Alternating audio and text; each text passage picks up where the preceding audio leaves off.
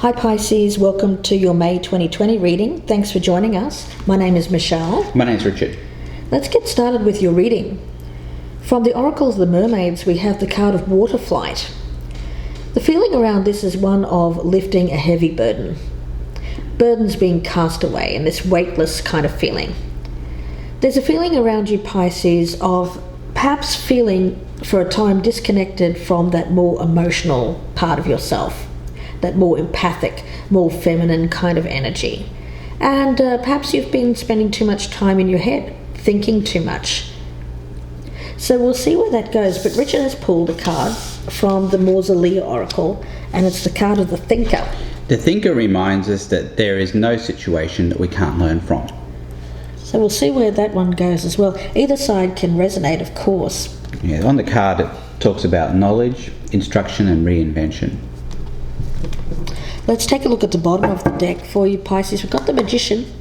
And here I've got the World. That's really nice energy. So I feel like there's something here that you're being able to, some kind of decision or some cycle that's ending in your life, and it's bringing more of an emotional component to your life that may have been missing in recent times. Seems to be whatever's going on is important here, Pisces. Let's take a look and see what we have as the status of this relationship, how you feel about this person, the strengths, the challenge, your advice on what you should do, what you shouldn't do, what may be hidden here, and the potential outcome. Okay, status of the relationship. How this person views you, Pisces. Strengths, weaknesses. What this person should keep doing, what they should stop doing. What's hidden, and what's the outcome. We have the King of Pentacles in reverse.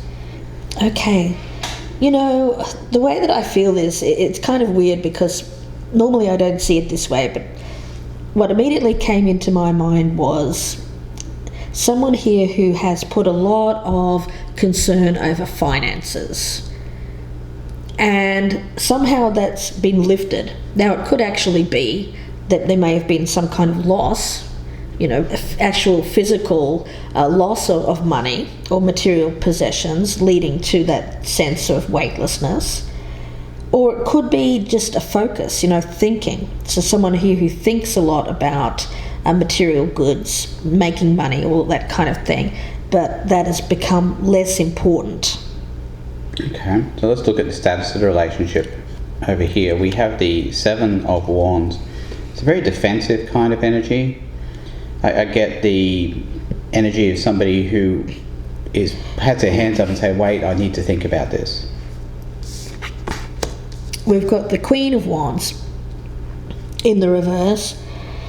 So I feel that that's your energy, Pisces, and I'm getting it as a feeling here of not being as perhaps wanting to control the situation or feeling like you have any control in it. It's kind of like just yielding, letting things happen, being more in the flow.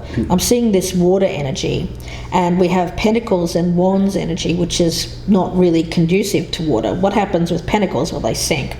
Wands, they just kind of float, really. But with the water energy, it's about the emotional side of things. So really, when it comes to money and when it comes to ambition and drive, I sense that there's some kind of reprioritization here and more focus on an emotional aspect. Okay, so let's look over here at how this person views you, Pisces. We've got the King of Wands in the reverse, so we have a pair here. I can't help but think this King of Wands in reverse is the same as the King of Pentacles in reverse. Yeah, so this seems to be a relationship that's in a little bit of trouble here because somebody's been down about something due to probably a financial loss. I think this financial loss has led to a loss of confidence as well for this other person. And I'm thinking it's probably your partner, Pisces. Now, by extension, this has caused you not to be your best self as well. So I think there's a lot of arguments here, but they're arguments that are due to external circumstances. The strengths, let's take a look. The Chariot. So it's movement, where things may have been stuck, not free-flowing. there is now this kind of dam burst, if you will. So where there was a blockage of emotion is coming out and being expressed. And there's a feeling here of overcoming any kind of obstacles, especially if there is financial difficulties here, and being able to tackle the challenges and achieve that success, that personal victory. I see this situation as not being a forever situation as far as problems that are being faced right now. With the Chariot there, it means that I think you've got a plan here, Pisces. You've got a way to get through this. It may even have something to do with valuing money less. Changing the way one feels about money, thinking more about the relationship and the emotion and everything else, and how much that contributes to who you are rather than the material side of things. Let's take a look at the strengths here. We've got the Ace of Swords in the reverse as a strength. I see that as being these events that have caused this financial loss here. Now, it's destructive. Whatever it is has been destructive. I see this as more like Tower energy, though, rather than Ace of Swords energy. And the reason it's coming up as a strength here is because it allows you to see your partner in a different light, to see your whole relationship in a different light. Let's take a look and see what the challenge is. The Four of Pentacles in reverse, so it is that letting go of whatever was important to you before. I feel it's money. Yeah, material goods. Material goods, having the big bank account, having the big house, having a lot of stuff. Stuff is good, but stuff also weighs us down. And this is an energy of weightlessness. So it's lifting what was heavy. Sometimes the more we attain, the more stuff we have, the more it feels restrictive, because it kind of overpowers us and it bogs us down and it keeps us tied to something. The less stuff we have, the more freedom we have. And there's a really nice energy about that, actually. It's kind of like that. I'm reminded of Chris Christopherson here as freedom's just another word for nothing left to lose. That kind of feeling here of saying, you know what, it's just money. Well, it's freedom from attachment. Freedom from attachment to money. Yeah. And one thing that is good for one's peace is to let go of the things that you're attached to. I mean, most things that cause us stress, most things that weigh us down are simply caused by the attachment we have to them. Yeah. We've got to be thinking, well, do we really need to be attached to whatever it is that's causing this? Yeah. This is kind of like two people. For some reason, I'm getting a weird energy of two people who just kind of go off in some kind of gypsy caravan and just go traveling without any possessions. Right. After having... Yeah, that image came into my mind. I mean, that's a little bit out there, but that's kind of the feeling that I'm getting, and it's just relying on love alone. Well, it's not the first time I've brought this up, but it's like that Lukenbach, Texas. It seems to be a theme lately, doesn't it? Getting back to the basics of love. It's true. All right, let's take a look at weaknesses here. Yeah, Page of Pentacles. Again, that starting again and reacquiring all of those things. So saying, well, no, look, we've detached from all of that. Let's keep ourselves detached from monetary goods and resist the temptation to want to reacquire and rebuild. And just look at what we have now and realize, well, really we just need each other. Let's take a look and see what the advice is, what you should do. The Page of Cups in the reverse. Well, here it's about needing to look at what is going to bring out that sense of joy. If you think of when you were younger or more youthful feeling, that sense of not having acquired much, right? And just having that dream, if you will, or just having that idea. It's kind of idealistic, but in a way that is healthy, I'm seeing here, rather than in a way that is dishonest or unhealthy. It's idealistic love, but it's done in a way in which there is some innocence attached to it. As advice, this is telling me that it's about unburdening yourself from stress, unburdening yourself from baggage, not only material things, but more about stress, worry, concern about acquiring things, and returning back to those more childhood kind of days where you could just play and experience and have fun and joy in life without all of the attachment to other things and carrying around all the weight of a lot of emotional heaviness. And it's really a weightless feeling around this whole reading. You hear stories of successful couples, people who have made it, if you will, and I put that in air quotes. And, you talk to them, and occasionally what they'll talk about is how they were happier when they were crammed into that 2-bedroom apartment. Yeah. At the very beginning of their relationship. Right. They really hadn't acquired very much, but they were working hard to acquire it. Yeah. And, now looking back, say, oh gosh, those were some of even though they were hard times, they were some of the happiest times for us that we'd ever had. Let's take a look over here. We have the King of Pentacles in reverse as advice here, what they should do. It's interesting, isn't it? It's almost like you're being called on here, this person's being called on to say, well, don't worry about the possessions, don't worry about the money, don't worry about everything else will take care of itself. You don't have to worry about that. Let's see what you shouldn't do. The 9 of Cups. Well, it's ignoring happiness, ignoring what's going to make you happy, and instead focus on keeping things within your grasp. Because I feel like I'm talking to someone here, Pisces, who has forsaken what's going to make them happy in favor of holding on to this ideal that is no longer truly what is going to make them happy. It may have made them happy 10 or 20 or even 5 years ago, but it's not making them happy now. And yet there's still this kind of like stubborn resistance, this thing of like, well, I've gone down this path, I need to keep going on this path now and to keep doing this because at one point I made that choice. Well, no, this is saying have a look at, is it still making you happy? If it isn't, maybe there needs to be some kind of course correction here with this Chariot. There's also the notion that over the years you might have become more attached to material goods at the expense of the emotional side of your partnership. Yes.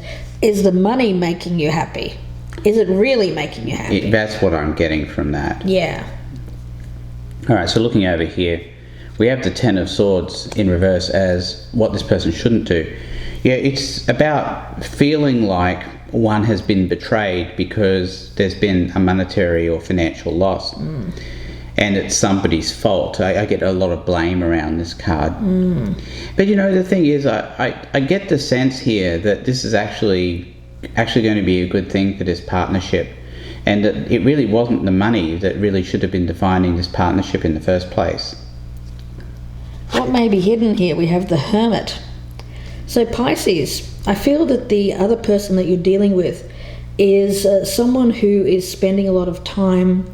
Well, at the moment I feel everyone is kind of going through that period of time where they're needing to isolate, and they have a lot of time to think their life through. A lot of decisions being made here during this time. And a lot of life changes.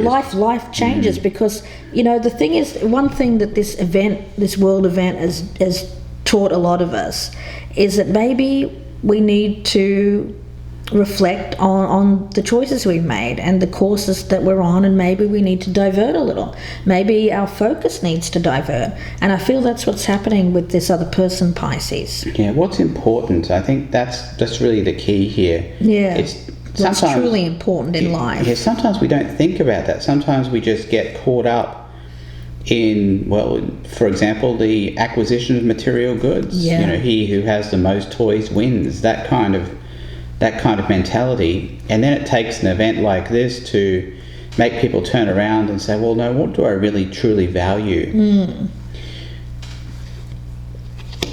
Over here, what's hidden? The lovers. You see, that's the thing. I think there is a lot of love between you two. I've been sensing this the entire reading. So I don't see this as a relationship that's going to go by the wayside. And the reason this is hidden is because it's been covered over with other things. And I'm going to say material crap. It's really what's been covering this. I think you've forgotten that you actually love each other. Amazing. Let's have a look at the outcome. We've got the Three of Wands in reverse. Well, here it's about that redirection, if you will. It's reconsidering the future and the vision that you had of the future. So I feel like I'm talking to a Pisces here who has been going down this road for a long time of acquisition, but because of recent events has had to take a long, hard look at what's going on in their life, and is now really going back to the drawing board here and thinking about whether this vision that they had in the past is now relevant. I think that the vision for the future has changed from what it was a few years ago. And it seems to me like this journey, the future, journeying into the future here, you're being called to make a different path, to go a different way. Actually, I say it's more than that. With that Three of Wands, it's often about a return. And, I'm going to invoke what I said earlier. Getting back to the basics. Getting back to the basics, which is that course correction, right? Or going back to that time when you were happy and you didn't have money. Yeah, it could be that as well. All right, let's take a look at the outcome if nothing changes here. Here we've got the Knight of Swords. It's about action. It's about movement. It's about making a decision. It's kind of Chariot in its own way, although not as. It's a little bit more impulsive than Chariot, isn't it? Yeah. The Chariot I see is a bit more longer term kind of energy of direction, and there's a bit of stubbornness with the Chariot as well, and an inability to really change course once you've on that direction. Yeah. The Knight of Swords, he's a little bit more impulsive, but also a little bit more flexible, isn't he? Yeah. And I think that's good energy here. Yeah. And we'll see in part 2 where this is really truly going. It's interesting because we've got the card of the thinker down there. And for Pisces, I have this as the energy of the person that you're dealing with that's hidden, is that this person is thinking a lot about this connection, thinking a lot about this relationship and its future. But what I don't see on that side is a lot of emotion, right? Well, there are no real cups cards. A lot of thinking. There's a lot of thinking about things. But where is the emotional aspect? Pisces, you have it in spades. There's a lot of that with you. Well, it's like I said earlier, with this Lover's card, why it's hidden, it's because this person's forgotten they actually love this other person. Yeah. But I like this Knight of Swords energy. I see this as them taking action, and with that realization saying, well, look, what's really important here? Is it the money or is it the relationship? Yeah, it's kind of like someone who needs to rediscover their heart.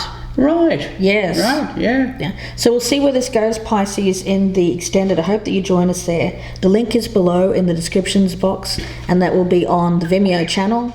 It'll be about another 30 to 35 minute reading. We'll be pulling out the clarifiers, going in depth, and looking at some Lenormand readings and oracle cards as well for guidance.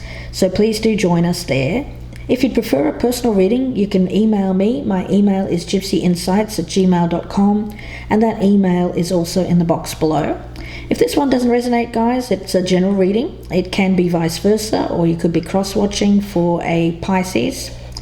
If it doesn't resonate at all, you can check out the Soul for Repair playlist on the channel, and there you'll find the readings that are done in this style, but they're not sign or time dependent. So when you view them is whenever you please, really, whenever you're called to.